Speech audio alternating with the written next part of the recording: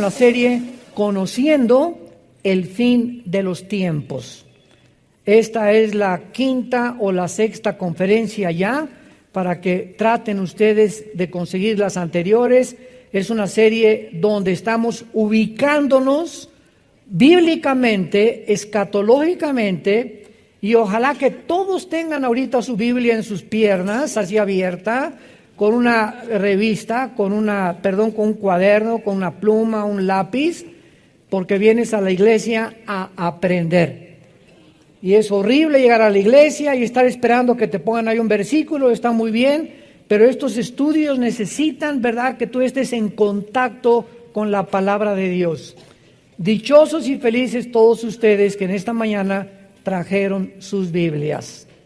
Muy bien, en el libro de Oseas, en el Antiguo Testamento, el libro de Oseas, capítulo 5, versículo 15, y el capítulo 6, versículo 1 y 2, encontramos dos días proféticos para que puedan ustedes más o menos entrar en razón respecto a la forma como estamos desarrollando esta serie. Les recuerdo que en la Biblia existe la semana de 7 días. Nadie puede explicar quién impuso la semana de 7 días en el mundo. Nadie, más que la Biblia. ¿Por qué son 6 días y el séptimo descansar? 6 por 1, 6 por 1, 6 por 1. Desde el punto de vista nutricional y desde el punto de vista de la salud, Dios en su misericordia sabe que el cuerpo humano necesita descansar. Y cuando un ser humano no descansa el séptimo día, después de 6 días de trabajar, y si tú trabajas el domingo, bueno, el lunes es tu día de descanso, ya no hay ningún Shabbat obligatorio. Esto es importante recordarlo. Ya no tiene que ser el sábado. El cristianismo tiene el día primero de la semana, porque es el domingo, porque Pentecostés vino en domingo, Cristo resucitó en domingo. Los apóstoles comenzaron a juntarse ya no el sábado, sino el domingo, recogían las ofrendas el domingo, etcétera, etcétera. Y muchos trabajan el domingo, entonces el día de descanso es el lunes. La cuestión es que trabaja 6 días y trata el séptimo día de no hacer nada. ¿Saben qué es nada? Exactamente, nada. O sea, increíble que hay muchas personas que creen que, por ejemplo, en tiempo de vacaciones, que son 4 o 5 días que tomamos, o 6 días, 2 o 3 veces al año, se llevan al laptop y ahí están con los periódicos y ahí están. En lugar de que el descanso es el descanso, las neuronas del cerebro necesitan descansar.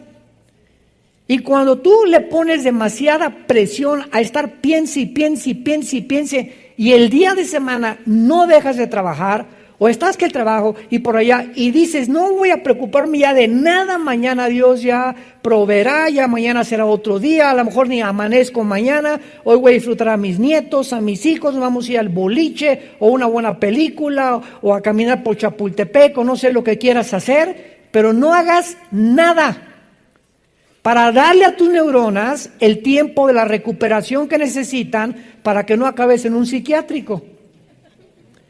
Entonces, esto es desde el punto de vista de la salud y nutricional. En el aspecto teológico, estos 7 días de la semana, Israel tenía también días de años. En otras palabras, los 7 días se convertían en 7,000 años. Porque dice el Salmo 90 y 1 de Pedro capítulo 3, que para Dios un día es como 1000 años. Entonces, si Dios estableció 7 días para que pudiéramos regir nuestra vida normal y trabajar 6 días y descansar el séptimo, de la misma manera, en el plan profético de Dios, la historia de la humanidad va a durar 6,000 años. Y ahorita, desde que Adán y Eva pisaron este mundo hasta Abraham, hubo 2,000 años, si lo quieres ir apuntando. De Adán Abraham hubo aproximadamente 2000 años. De Abraham a Cristo hubo 2000 años. Y de Cristo a nuestros días, la iglesia lleva aproximadamente 2000 años. Muy bien. Si estamos cerca del año 6000, ¿por qué no sabemos si son exactos? Porque a principios de la historia de la edad de Cristo a nuestros días, se cambió el calendario. El Papa Gregorio cambió el calendario lunar de los judíos de 360 días al calendario solar de 365 minutos y segundos. Entonces, en este cambio entre los 60 y los 65, se perdieron años bisiestos, etcétera, etcétera, pero de alguna manera nos encontramos al filo de que se cumplan los 6000 años. Y estos 6000 años, que son de Cristo a nuestros días, aparecen en la Biblia. Síganme con muchísimo cuidado, porque esto es lo maravilloso de esta serie profética, que nos va a ayudar a saber si realmente nos encontramos en los últimos tiempos. Estos 2000 años que aparecen en el final tiempo profético de Dios, aparecen en el Nuevo Testamento como 2 días. Y vamos a ver que desde el Antiguo Testamento y en el Nuevo Testamento, cuando vemos 2 días, se refiere a 2000 años. Vamos a comenzar a comprobarlo en el libro de Oseas, capítulo 5, donde aquí tenemos escondido una revelación maravillosa, profética de Dios. Está hablando Dios acerca de Israel. Oseas 5, versículo 15. Y dice así: andaré y volveré a mi lugar. Es Dios el que está diciendo que va a andar durante un tiempo y después va a volver ¿a dónde? A mi lugar, o sea, el cielo. Ahorita lo vamos a comprobar que eso es lo que está hablando Dios. Les dije, síganlo con cuidado y saquen su lupa. Hasta que reconozcan su pecado y busquen mi rostro. En su angustia me buscarán. Dice Dios, voy a andar entre ustedes y me voy a ir. Y voy a regresar cuando Israel reconozca su pecado y busquen mi rostro. ¿Se acuerdan a Cristo cuando entró en su burrito a Jerusalén? Jerusalén, Jerusalén, que matas a los profetas, como la gallina quise buscar a los pollitos y meterte bajo mis alas, pero no me volverán a ver hasta que digan, Baruch Hashem Adonai Eloheim, bendito el que viene en el nombre del Señor. No me buscarán hasta que me reconozcan que yo soy el Mesías. ¿Y cuándo va Dios a reconocer, cuándo Israel va a reconocer a Jesús? Después de los 2000 años. Cuando termine la época de la iglesia, viene la tribulación y en estos 7 años Israel se convertirá a Jesucristo. Y lo dice el versículo 15, en su angustia me buscarán, que serán los 7 años de la tribulación.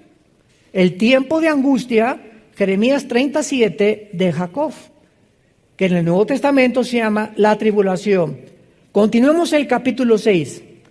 Vengan, y aquí ya hay muchísimo más profundidad, y volvamos a Jehová, porque Él arrebató y nos curará, hirió y nos vendará.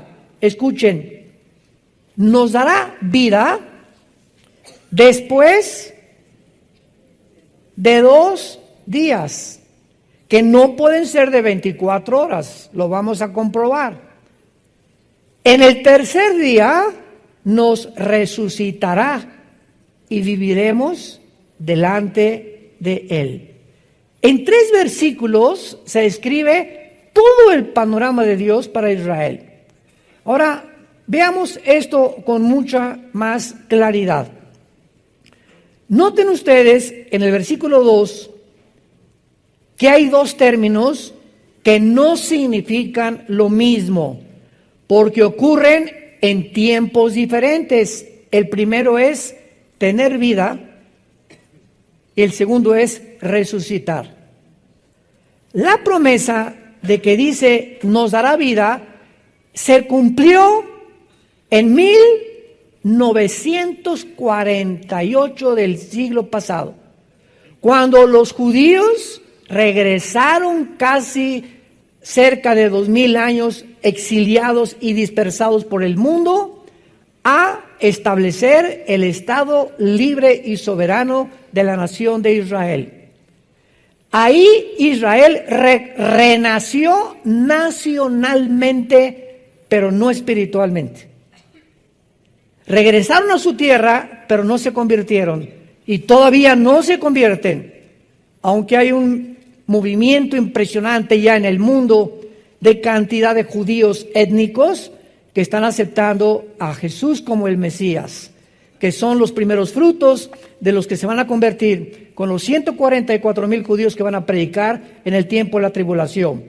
Bueno, entonces veamos esto, que la promesa que se hace aquí de tener vida es una referencia directa a el renacimiento de Israel como nación, si lo quieren apuntar.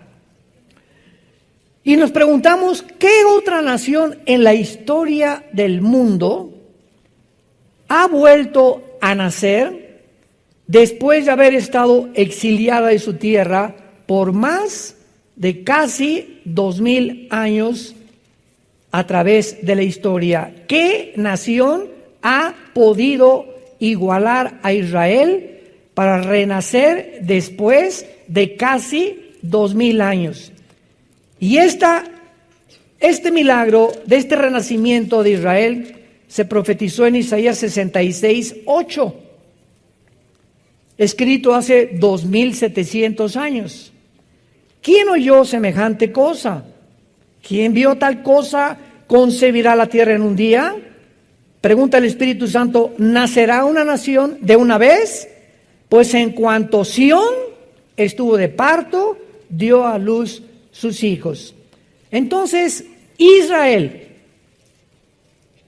damas y caballeros, señores sociólogos que nos visitan, antropólogos, historiadores, es la única nación en la historia que no ha tenido comparación con ningún estado, con ninguna nación que haya podido, ya no digamos todas las generaciones, por casi 2000 años, ninguna nación en una sola generación, que en la Biblia una generación son aproximadamente como 80 años, de acuerdo al Salmo 90 también, no ha podido ninguna nación en la historia regresar a su religión, a su estado, a su lenguaje.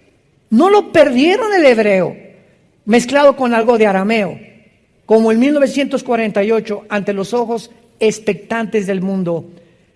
Me voy a adelantar un poquito, porque las primeras dos guerras mundiales, la Primera Guerra Mundial preparó a Israel para su tierra. Y la Segunda Guerra Mundial preparó a la tierra para los judíos.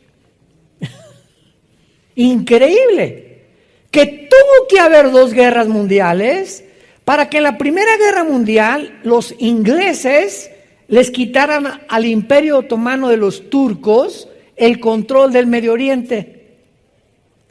Cuando en 1923 los ingleses, el general Alibay, entra a Jerusalén y sacan a los turcos y se acabó el Imperio Otomano turco que había prevalecido casi 500 años. Y de 1923 a 1945 los ingleses tenían el control del Medio Oriente. Acaba la Segunda Guerra Mundial en 1945 y la Liga de Naciones, que después se convirtió en las Naciones Unidas, decretan que los ingleses se salgan y que Israel tome posesión de su tierra soberanamente, convirtiéndose en un estado. Entonces vemos cómo a través de toda la historia Dios trabaja por etapas. Dios va preparando tu vida igual que las naciones. A ti te prepara tal vez de los 15 a los 20 años para que estudies algo, o para que vivas con una familia, o para que hagas esto, sin que tú te des cuenta, el periodo que tú estás atravesando en tu vida te está preparando para la segunda etapa. Pues es que yo me divorcié, hermano. Bueno, ese divorcio te va a ayudar si aprendes, y esa caída, y ese problema, y ese fracaso en tu trabajo, te va a ayudar para la próxima etapa si tú te mantienes, como decía mi esposa Marta, con la presencia de Dios en tu vida. Aléjate de Dios y olvídate de Dios por los problemas que tienes y pierdes, abortas tu llamado. Te sales del camino y te puedes quedar como los judíos en el Antiguo Testamento, 40 años dando vueltas. En la geometría, un círculo es un punto donde tú partes y regresas al mismo punto. Nunca llegas a ningún lado. Siempre en ciclos tu vida. Eres igual que hace 4 años, igual hace que 10 años. Tu vida no ha podido cambiar. ¿Y sabes por qué no ha podido cambiar? Porque te gobernó la amargura. Un cristiano amargado no avanza ni una pulgada en su vida espiritual. No me importa que me violaron, hermano, mi papá fue esto, y mi mamá fue esto, y me divorcié, y la gente no me quiere, y como los perros me estoy lamiendo todas las heridas, y te victimizas, el mundo está contra mí, nunca me quisiste, papá, nunca me quiso nadie. Y cuando comenzamos a centrarnos en nosotros, sin entender que hay una ley de la responsabilidad espiritual en la Biblia, que nadie es responsable de lo que tú eres ahorita más que tú y yo. El día que tú dejes de echarle la culpa a algo o a alguien por lo que tú eres ahorita, ese día vas a madurar. Las personas inmaduras, los que no crecen, son los que siempre están creyendo que son como son porque alguien tuvo la culpa de ser como son. Es la victimización de la personalidad que te desintegra internamente el alma y el espíritu. Muy bien. Ahora veamos la segunda fase en Oseas capítulo 6, que tener vida entonces es la resurrección de Israel como nación en el 48. Y noten ustedes que dice, después de 2 días, en el tercer día nos resucitará. La promesa de resucitar va mucho más allá de su renacimiento nacional. Aquí ya cuando hablamos de resurrección estamos hablando de una vida nueva.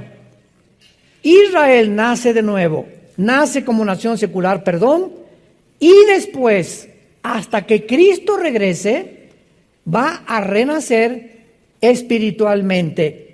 La segunda promesa de Oseas, marcada por el tercer día, apunta hacia el renacimiento espiritual de Israel. Nos resucitará después de los 2000 años. Y es cuando veremos nosotros Romanos 11, 25 y 26, y todo Israel será salvado. Romanos capítulo 9, capítulo 10 y capítulo 11 de la carta de Pablo a los romanos, 3 capítulos le dedica Pablo al renacimiento de Israel como una nación espiritualmente. Ahora, muy bien, veamos la promesa que Dios hace antes en Isaías, Oseas 15, andaré y volveré a mi lugar. Aquí está Cristo. ¿Saben quién está hablando aquí? Dios en la persona de su Hijo.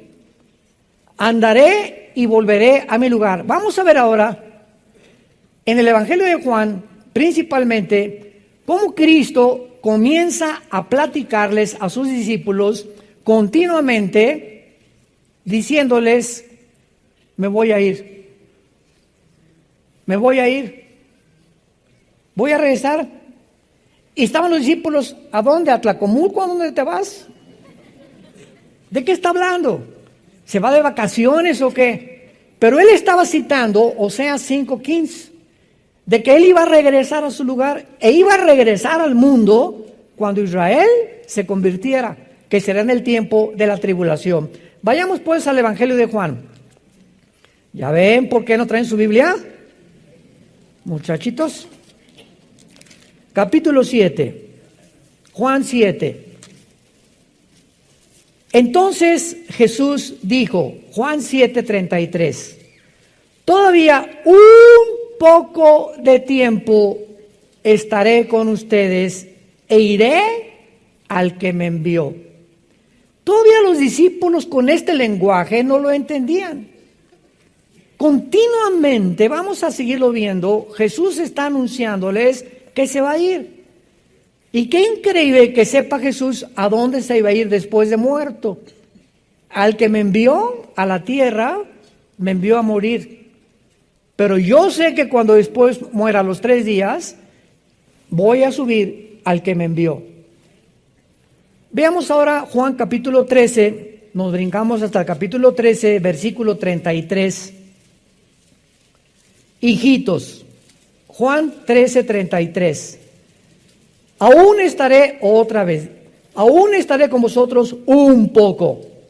Me buscarán, pero como dije a los judíos, así les digo ahora a ustedes, a donde yo voy, ustedes no pueden ir.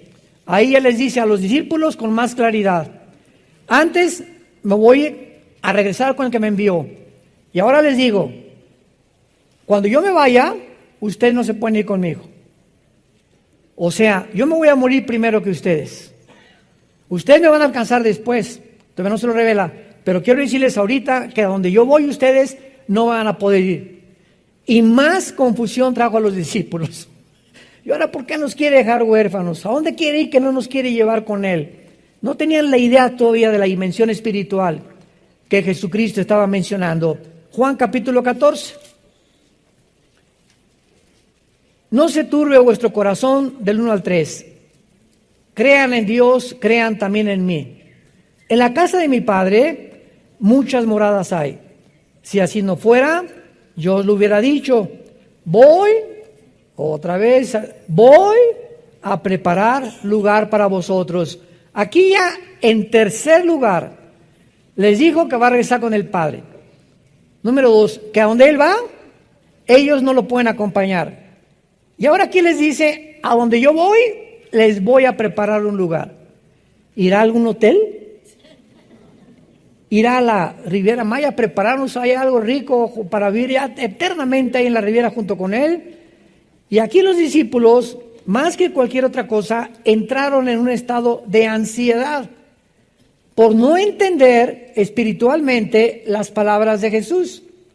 Y en el versículo 3 les dice, y si me fuere y os prepararé lugar, vendré otra vez. Aquí está hablando del arrebatamiento de la iglesia. ¿Cómo sabemos que no está hablando de la segunda venida, que es otro evento completamente diferente? Porque dice, y os tomaré a mí mismo. Esta palabra en el griego, paralambano, implica tomar así con fuerza. Y esta palabra con la palabra en 1 Tesalonicenses 4:17, el rapto, que es arpazo en el griego, arpazo se tradujo arrebatar, significa quitar con fuerza.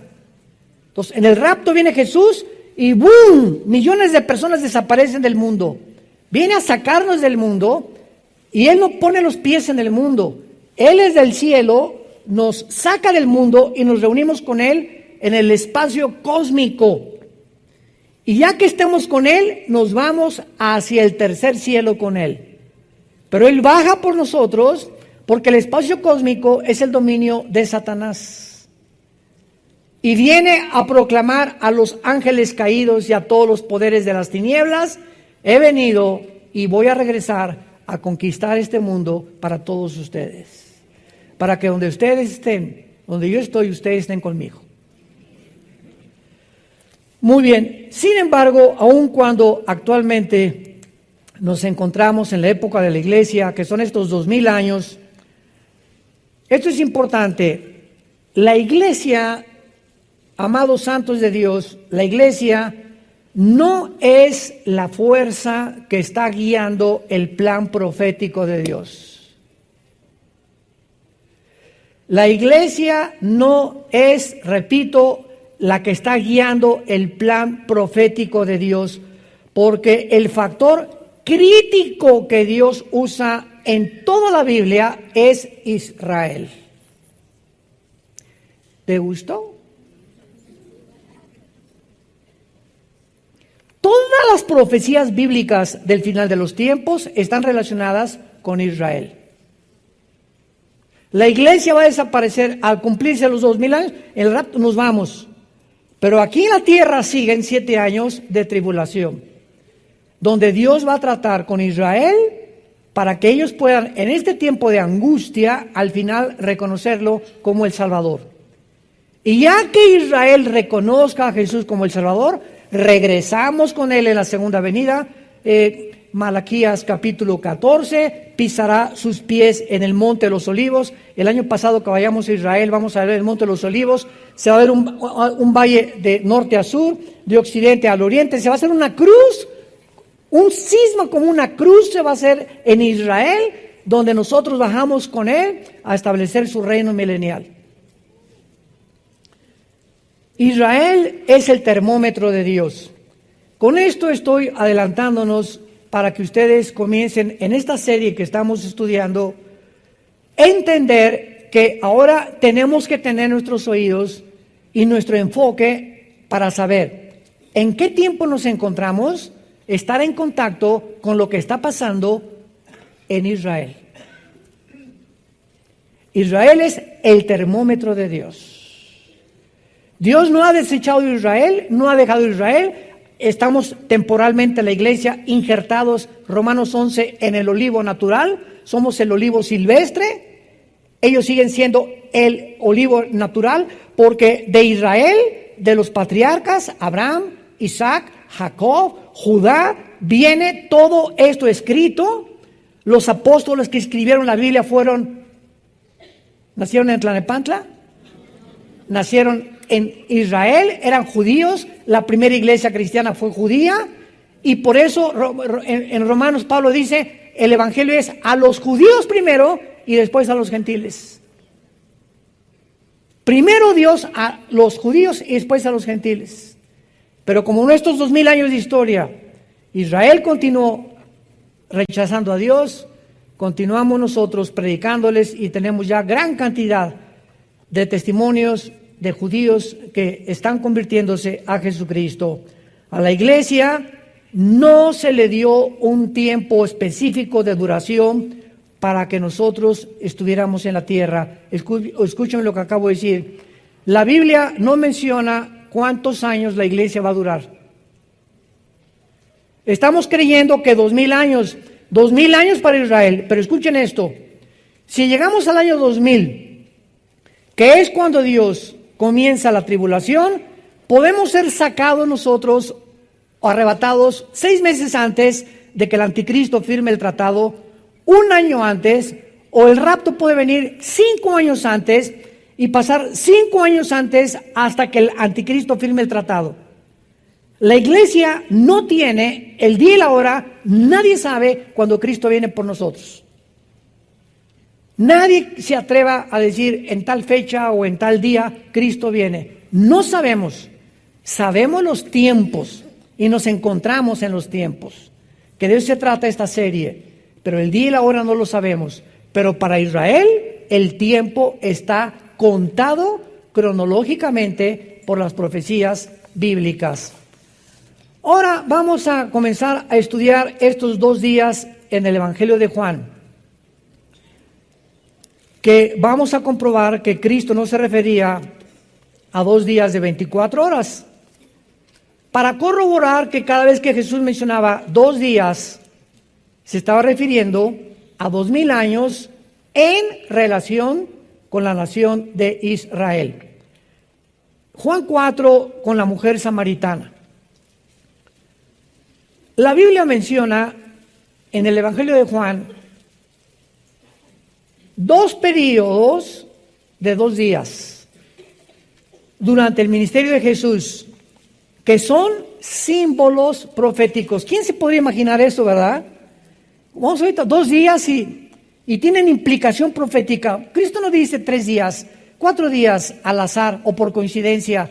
Cada día, cada coma, cada número que la Biblia menciona tiene un significado profético. No es al azar. Todo lo que Dios ha escrito tiene un significado.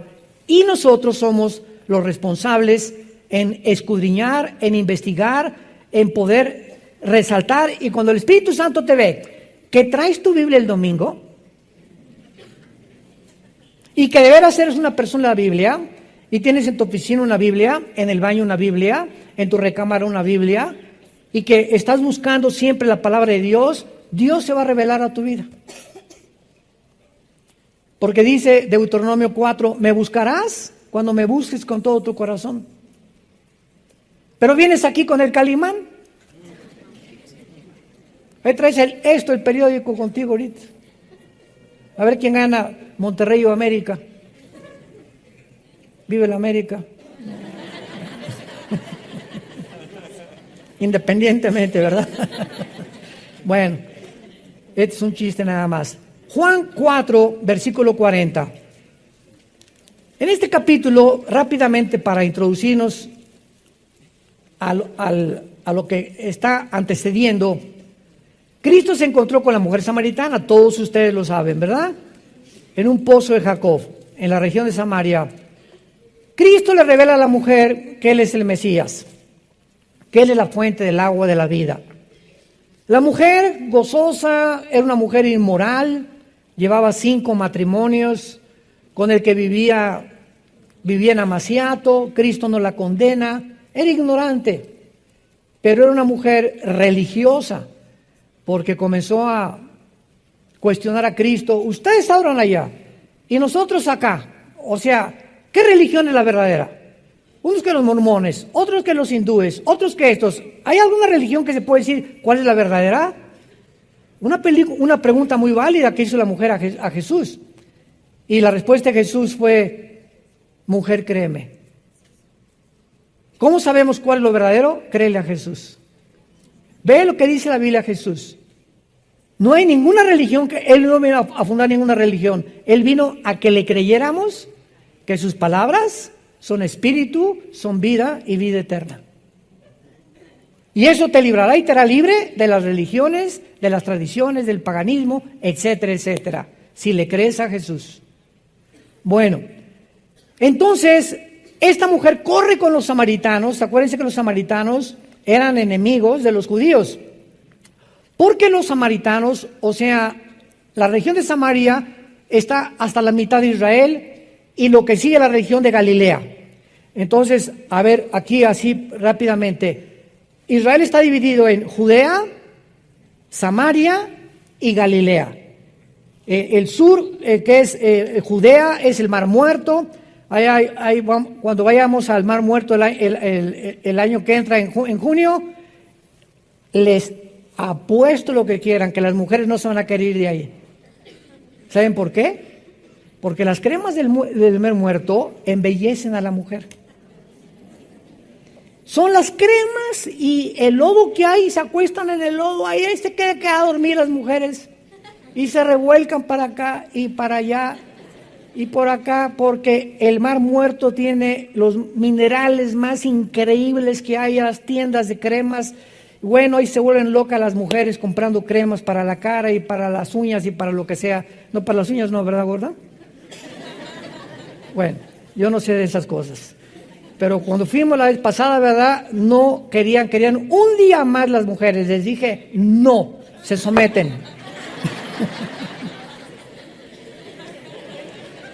Muy bien, los samaritanos entonces se habían mezclado con judíos y los judíos los tenían marginados porque no eran puros.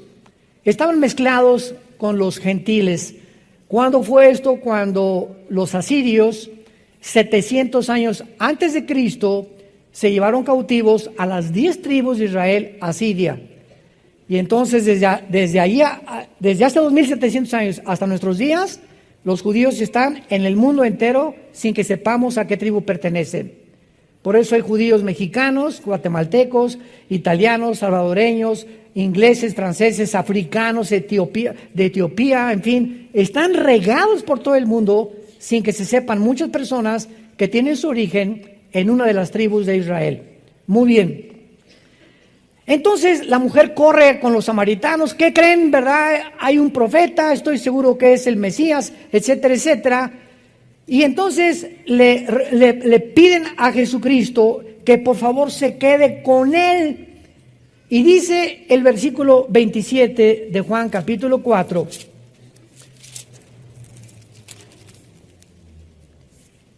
En esto vinieron los discípulos y se maravillaron de que hablaba con la mujer. Sin embargo, ninguno dijo, ¿qué preguntan o qué hablan?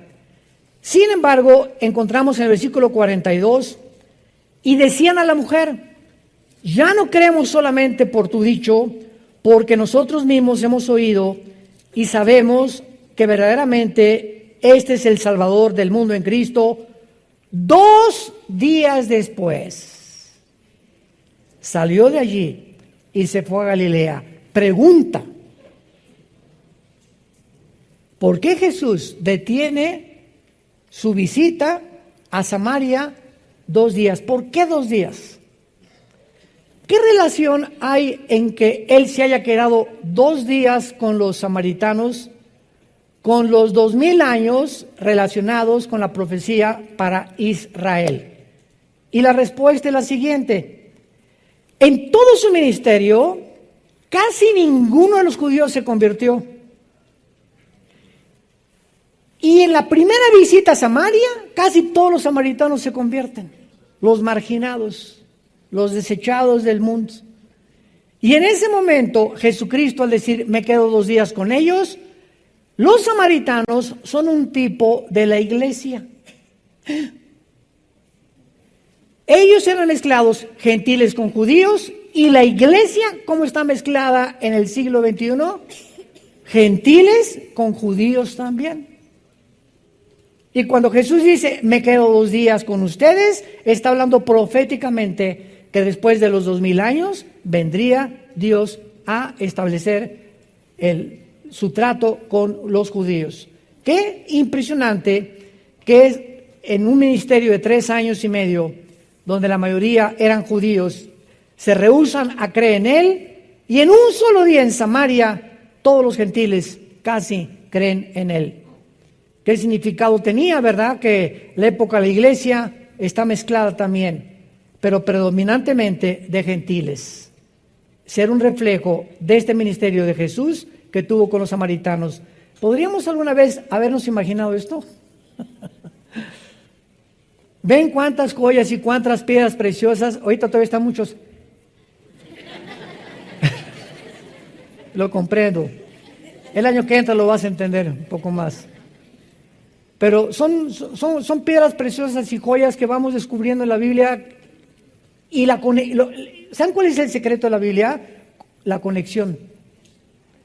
Estar conectando versículos con otras partes para no sacar de un contexto un texto y hacer un pretexto. Esta es la razón por la cual hay tantas sectas que sacan un versículo sin tomar en cuenta otras partes de la Biblia, y entonces si no tienes el rompecabezas completo, no puedes enseñar la Biblia, porque estarías enseñando herejías. Y este es lo precioso que tenemos nosotros en la Biblia. Pero vayamos al segundo caso en la Biblia, Juan capítulo 11, donde se encuentran otra vez los 2 días en la resurrección de Lázaro.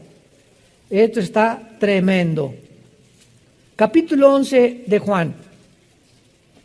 Esta es la segunda vez en todo el Evangelio de Juan, donde un periodo de 2 días aparece en la historia de la resurrección de Lázaro. La resurrección de Lázaro. ¿Qué leímos en Oseas? Nos resucitará después de 2 días. ¿Verdad? Ya estamos uniendo cabos, como que ya comienza a ser un poco más claro el rompecabezas. Muy bien. Ya hemos visto claramente en el versículo 24 que de una forma sospechosa, Marta le dice esto a Jesús. Juan 11:24. Marta le dijo, yo sé que resucitará en la resurrección en el último día. O se tradujo en el día postrero. Marta sabía de alguna forma que para Israel habría un tiempo de la resurrección. Y si Cristo habla de 2 días, está hablando del tercer día que Cristo resucitó. Sin que Marta supiera, como cuando Cristo se presentó ante Pilatos, uno de los sacerdotes de ellos dijo, ¿verdad? Es mejor que un hombre muera y no que mueran todos, profetizando el ministerio que Cristo iba a tener en la redención del ser humano. Entonces, hay muchas cosas en la Biblia que muchos hombres hablaron sin darse cuenta que estaban hablando a través de Dios. Que el Espíritu Santo estaba usando sus bocas sin que supieran ellos qué estaban diciendo, como cuando David escribió el Salmo 22. David agarra la pluma un día en su castillo y comienza, Dios mío, ¿por qué me has desamparado? Horadaron mis manos y mis pies, sobre mi ropa echaron suertes. Mi corazón fue como la seda, los toros de Basán me han rodeado. David, 1000 años antes que Cristo fuera a la cruz, estaba escribiendo lo que 1000 años después iba a suceder en el Monte Calvario. Con detalles. Sobre mi ropa echaron suertes, me crucificaron.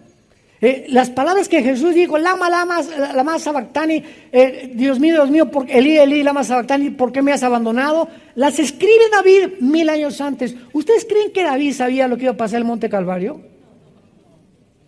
Ahí está un ejemplo, ¿verdad? Isaías 53, despreciado y desechado entre los hombres, varón de dolores, como que escondimos el rostro de él. ¿De quién está hablando? Del Mesías que vendría 700 años después. Isaías no tenía idea, porque cuando Cristo hace su aparición en el mundo, ninguno de los líderes religiosos, los teólogos, los fariseos, los que conocían más que el pópulos, la teología y la Torá, etcétera, etcétera, no pudieron entender, escuchen con cuidado esto, que el Mesías tenía primero que morir. Y esta fue la trampa del plan de Dios al diablo. Dice en 1 Corintios capítulo 2, si los príncipes de este mundo, o sea, los principados satánicos, hubieran sabido y conocido la sabiduría de Dios, nunca hubieran crucificado a Cristo. Si el diablo hubiera sabido que Cristo iba a resucitar, no se hubiera metido en Judas. De menso lo hace. Pero cuando Cristo resucita, el plan escondido de Dios, ni los ángeles lo conocían, era un secreto entre Dios y su Hijo Jesucristo.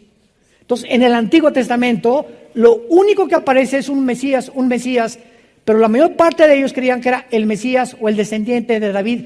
Y cuando el Cristo toca y tienta el diablo a Cristo en el desierto, le dice, si tú eres el Hijo de Dios, realmente di esas piedras, o sea, si tú no eres el descendiente de David, sino que si eres el Hijo de Dios, pruébame que tú eres el Hijo de Dios. El diablo sospechaba, pero no estaba seguro que era el Hijo de Dios. Ahora alguien podría preguntar, oiga, pero cuando entró Cristo a una sinagoga, los demonios lo reconocieron. Escuchen, sabemos quién eres, el Cristo, has venido a atormentarnos. Es toda la información que tenían. Sabemos que eres el Mesías, el Cristo, que significa el Mesías. Pero no sabían el plan que tenía que morir. Oye, hermano, pero después de cuando les comenzó a preguntar a los discípulos y es necesario que el Hijo del Hombre sea entregado en manos de pecadores y al tercer día resucite, pues el diablo no estaba oyéndolo. Escucha esto, si tú no tienes al Espíritu Santo, aunque oigas esto, no lo vas a entender. Yo puedo venir ahorita con una persona de otra religión, oye, es que María no es corredentora con Cristo. Los santos no pueden perdonar los pecados. Aquí está en tu Biblia. No. Es mi religión. No voy a rechazar mi religión. Ahí está, y no lo ven. ¿Cómo lo explicas? hasta que el Espíritu Santo entre a nuestra vida y nos abra el entendimiento, podemos tener la luz y no ser iluminados. No hay peor ciego que aquel que tenga la luz enfrente y no es que no pueda ver, no la quiere ver. Tú le puedes convencer, como lo he hecho en los debates con los ateos, que el ateísmo es insostenible filosóficamente, que la teoría de la evolución que se enseña en las universidades a nuestros hijos es anticientífica, antibiológica, antigenética y contra la primera y la segunda ley de la termodinámica. Y los maestros les dices, pero ¿cómo estás enseñando algo que tu misma ciencia, que te jactas en que eres científico y que esto es una religión? La ciencia te demuestra que la teoría de la evolución es imposible. ¿Pero qué hay? ¿Por qué no cambian de un bando al otro bando? Simplemente porque el orgullo intelectual es más grande que la verdad. Detiene la verdad. Romanos 1. Habiendo conocido a Dios, no le quieren glorificar como Dios ni a darle gracias. Se envanecen en sus razonamientos y profesando ser sabios, se vuelven necios. La Biblia nos explica la conducta psicológica del ser humano en todos sus sentidos. Muy bien. Entonces, Marta le dice, en el último día vas a resucitar. Y Lázaro se enferma gravemente. Sabemos que eran los mejores amigos de Jesús. Marta, María y Lázaro eran 3 hermanos. Y supuestamente esta familia era de mucho dinero. Eran de las familias más pudientes que había en Israel. Y siempre estaban a Cristo hospedándolo en su casa, dándole de comer. Seguro que hasta una habitación especial la tenían para él, etcétera, etcétera. O sea, era como un amigo íntimo Jesús de Marta, María y de Lázaro. Imagínense ustedes cuando le van a avisar a Jesucristo, Lázaro está gravemente enfermo. Dice el versículo 3 del capítulo 11, enviaron las hermanas para decir a Jesús, he aquí el que amas, o sea, el Espíritu Santo pone énfasis en que había un amor muy especial de Jesús por Lázaro, principalmente por Lázaro, al que amas. Cuando lo oyó Jesús dijo, esta enfermedad no es para muerte, sino para la gloria de Dios, para que el Hijo de Dios sea glorificado por ella. Hasta ahí sabemos que Cristo detiene su visita, no 3 días, no 4 días, lo vamos a ver, con el propósito de que muera Lázaro. El plan de Dios era que Lázaro muriera. El plan de los hombres era que viviera y que no se muriera de esa enfermedad. Pero los pensamientos de Dios no son nuestros caminos y son más altos que los de nosotros. Entonces hay muchas decisiones de Dios que Él toma que van mucho más allá de lo que creemos que sería mejor para nosotros.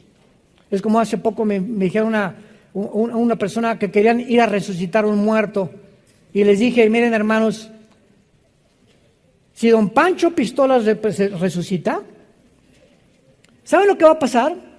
Que abriendo los ojos va a decir, devuélvanme. Por el amor de Dios, estaba mucho mejor que en mi rancho. Estoy mejor que en este mundo de sufrimiento. La muerte es la liberación del alma y del espíritu para estar en un lugar que ni nos imaginamos y queremos traerlos de vuelta. Solamente para que esté conmigo, porque lo extraño. Y claro que es lógico eso, ¿verdad? Y quisiéramos que no perdiéramos a los seres queridos, pero cuando el cristiano sabe que una persona de la familia ha partido con el Señor y está en un lugar 1000 veces mejor que en este mundo, ese es un consuelo que te da para tener paz en tu vida y seguir viviendo para Cristo y no vestirte de negro 5 años. Muy bien. Entonces le envían a Jesucristo y dice el versículo 6, cuando oyó pues que estaba enfermo, se quedó 2 días en el lugar donde estaba. ¿Por qué 2 días? Siempre pregúntate en la Biblia, ¿por qué? ¿Por qué? ¿Por qué? ¿Por qué es esto? El mundo de los por qué que pertenece a los niños. ¿Por qué los globos se elevan, papá? ¿Por qué en el avión veo como hormiguitas a la gente? ¿Por qué esto? ¿Por qué lo otro? ¿Por qué se hace caliente el agua? ¿Qué es lo que calienta el agua? ¿Por qué el agua se evapora? Y los niños tienen 1000 preguntas y crecemos, llegamos a los 50 años y dices, ya lo chepo todo. Qué feo, ¿no? Cuando hay tiempo de preguntas y respuestas en los seminarios que tenemos, veo cantidad de cristianos que no tienen preguntas. ¿Cómo que no lees la Biblia? Oye, leo la Biblia y 1500 dudas salen. Nunca podremos conocer la respuesta a todas las dudas, seríamos dioses. Entonces, mientras estemos en un mundo limitado y la mente de Dios, que es la palabra de Dios, tendremos 1000 dudas. Y el secreto es no quedarte con las dudas, investigar, preguntar, porque Dios quiere responderte. Entonces, se queda 2 días y la pregunta es, ¿por qué? ¿Por qué 2 días se queda Jesús en Betania? Intencionalmente Jesús retrasa su viaje. Ni siquiera acabé y miren, ya están. Qué malintencionados, ¿verdad? Para manifestar el poder de Dios en la resurrección. Pero tenemos aquí algún tono profético para su retraso de 2 días. Es la pregunta que tenemos que contestar.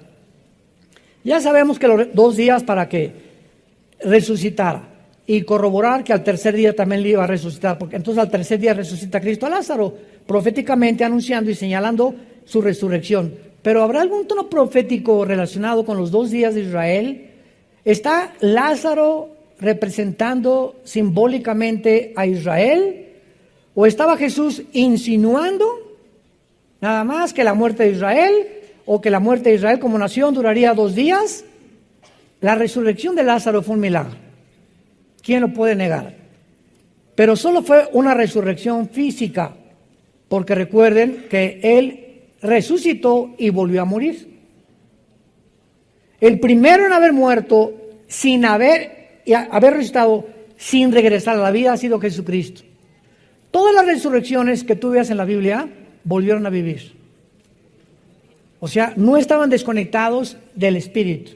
Una vez un cardiólogo, amigo mío en Toluca, hace como un mes me mandó un correo. Me dice, Armando, tengo testimonios de personas que están siendo resucitadas en las salas de emergencia. Y yo le contesté, no estaban muertas. ¿Cómo si el corazón les dejó de latir? Y hasta pudimos saber que el cerebro no funcionaba. Le dije, bíblicamente, Santiago capítulo 1, el momento que el espíritu se separa del cuerpo, sobreviene la muerte. Esas personas no resucitaron, no se habían muerto. El espíritu estaba todavía sobre ellas. Así que no resucitaron a ellas, simplemente Dios, el espíritu lo volvió a meter para que siguieran viviendo. No es hasta que el espíritu se separa bíblicamente del cuerpo que sobreviene la muerte clínica. Mientras tanto, le dije, tienes toda la razón. Y este hermano es un cardiólogo de mucho respeto en el Estado de México. Entonces vemos nosotros que la resurrección de Lázaro fue un milagro, pero fue solamente una resurrección física. No recibió la inmortalidad de su cuerpo glorificado, o sea, que no volvería a morir. El espíritu de Lázaro aún está esperando la resurrección y la glorificación junto con nosotros. Después de 2 días, Israel ha sido resucitado, como lo leímos en el libro de Oseas. Mientras que Israel ya abandonó la oscuridad total de su tumba nacional, aún no ha entrado Israel a la resurrección espiritual. ¿Se acuerdan de Oseas? Nos darás vida y después la resurrección. A Lázaro se le dio vida, pero su resurrección está esperando hasta el día de Jesucristo. Entonces, en estos 2 días, Cristo corroboraba y confirmaba a Israel que verdaderamente el plan para él era que las profecías se cumplieran hasta después de 2000 años. ¿En qué tiempo nos encontramos? Estamos así de los 2000 años. Y vamos a ver en la próxima conferencia ahorita que sigue que estos 2000 años son impresionantes relacionados con Israel. Rápidamente para terminar, porque se acabó el tiempo. De Adán a Abraham hubo 1948 años. ¿Quién fue Abraham? El padre de Israel. De Adán a Abraham hubo 1948 años, el primer Adán. El segundo Adán, ¿quién fue? De Jesucristo a Israel hubo 1948 años. ¿Coincidencia? Se las dejo de tarea. Te damos gracias, Padre, por tu palabra en esta maravillosa tarde.